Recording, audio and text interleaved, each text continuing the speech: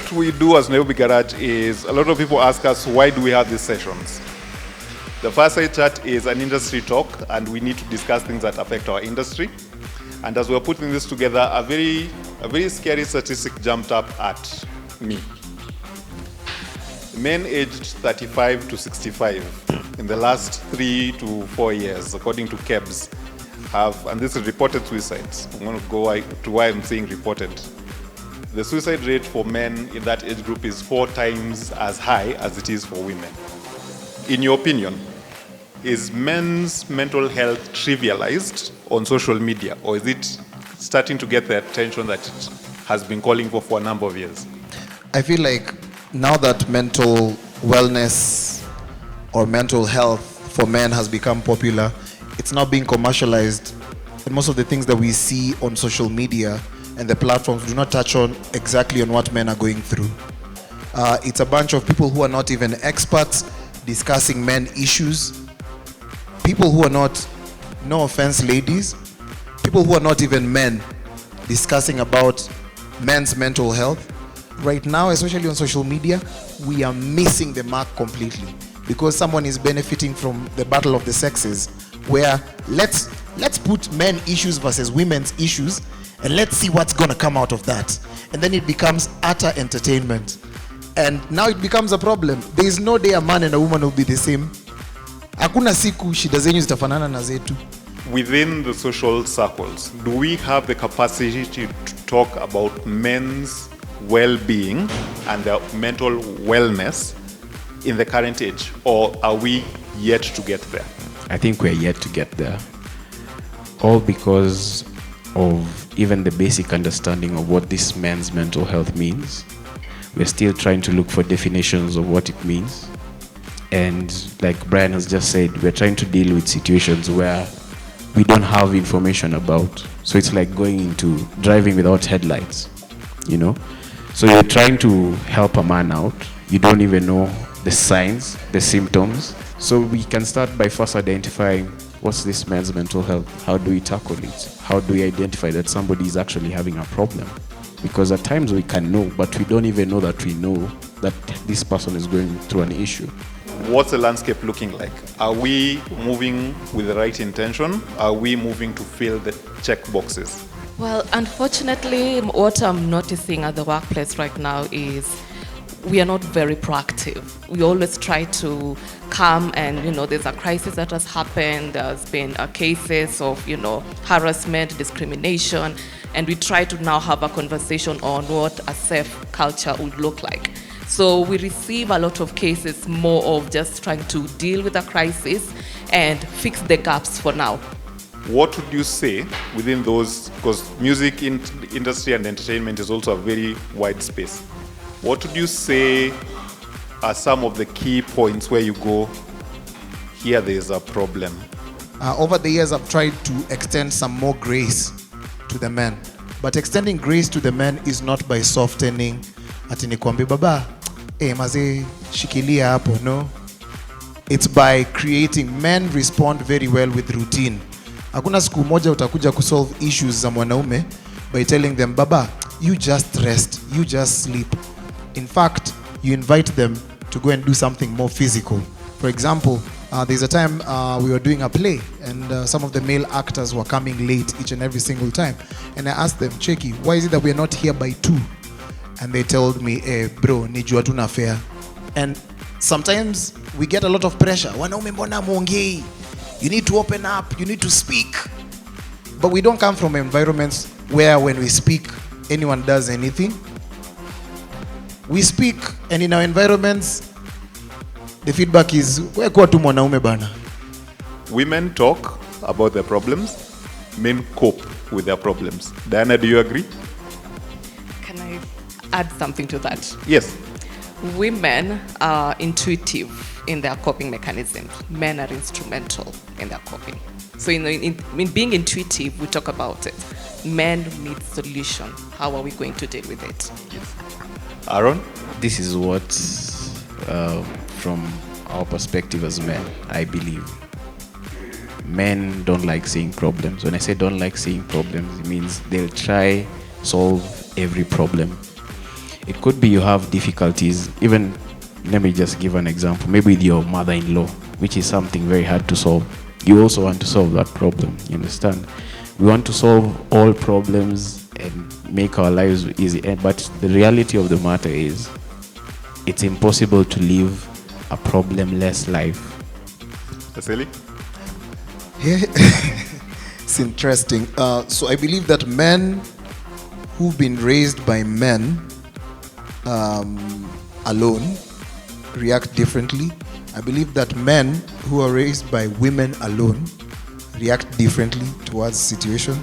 And also men who've been raised by both parents react differently towards life. When does coping become addiction?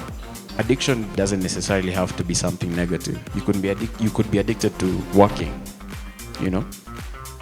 It might seem good all in all, but you're always hitting work, and all other areas around your life are suffering. That's an addiction, but we don't talk about it, because addiction can seem like you're going outside, maybe drinking and things like that, or using drugs and things like that. That's good, but it doesn't stop there. So can I control it? And if I can, to what extent? You understand? Because if you can control it, if you can't control it, then it becomes an addiction. An addiction basically is consuming something that you can't control. A number of us have already sat through HR mandated mental health, mental wellness programs that we sort of did because we were told to go to. How do we make sure that when these teams come here for those sessions, it is purposeful, it is helpful, and it's not a tick box? Let's start by reflecting through previous programs, evaluation. Feedback is important. People want to be heard.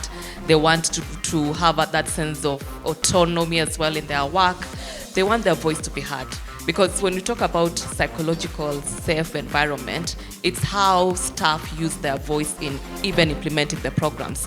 Our older gentlemen, the mentor class of this generation, are they okay? If they're okay, good. If they're not, please tell us so we know. And what qualifies a person at this age range to think of themselves as a mentor? I would say no. And the reason why I would say no is because I'm seeing a dysfunction from the family perspective, because the family is the most basic unit. Have you ever seen this paradox or heard of this paradox where the people farthest away from you get the best version of you, and the people in your inner circle get your the leftover version of you? If you want to really assess yourself based on the external environment around you, look at how you're treating people, especially in your inner circle, compared to those outside. If there's a discrepancy between how you're teaching the people outside and inside, then you know I have to work with me inside. Media consumption and men's mental health. How do you switch off? Because media is a very dangerous place for an unstable mind. I'm not an expert in that front. I am struggling badly on getting to control how I consume media by myself. But one thing that I'm not struggling with like I used to is getting to understand that I've labeled social media not a real place. To me, social media is a notice board. A notice board where your school wants to display the best rugby players, the best musicians, the best. So on social media, we mostly see the best of.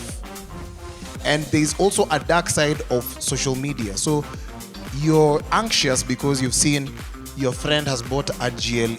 It's new, it's amazing, it's sindio. And your age mates, mulimaliza kampo last year. This year rafiki yako amenunua 5-bedroom, kitisuru. You start dying naturally, okay? Forex, sindio? Wait, simtulie bana, simtulie. But one thing about social media that I do for myself is I try as much as I can not to compare. Let's train our minds to get to a point where we tell our minds some things are not real, and even when they are real, they shouldn't get to a point where you're not content. And that's the one thing that we struggle with, contentment. Just be okay with where you are. So we've talked about like mental health as a crisis, and we know what that means and the effects it has, but we haven't talked about the solutions, or I feel that we haven't addressed that concretely. You in particular as a psychiatrist, what do you think would be the best remedy, especially in 2025 for like this crisis? I think the main solution is education. Education is very important, and I like what the Nairobi County are doing right now in terms of the mental health strategic plan, where they are trying to connect as well with the county government to get to the grassroots level. So we need to educate our community. We need to find the language of talking about mental health. We need to learn to be vulnerable and authentic as well. We need to break from social stigma and limitations as well. I like how Brian has really broken it down very well. So we need to do all these things together. What's the best way of bringing up a man-child? Because we are in the generation whereby every home to itself, ama for his itself, and God is for us all.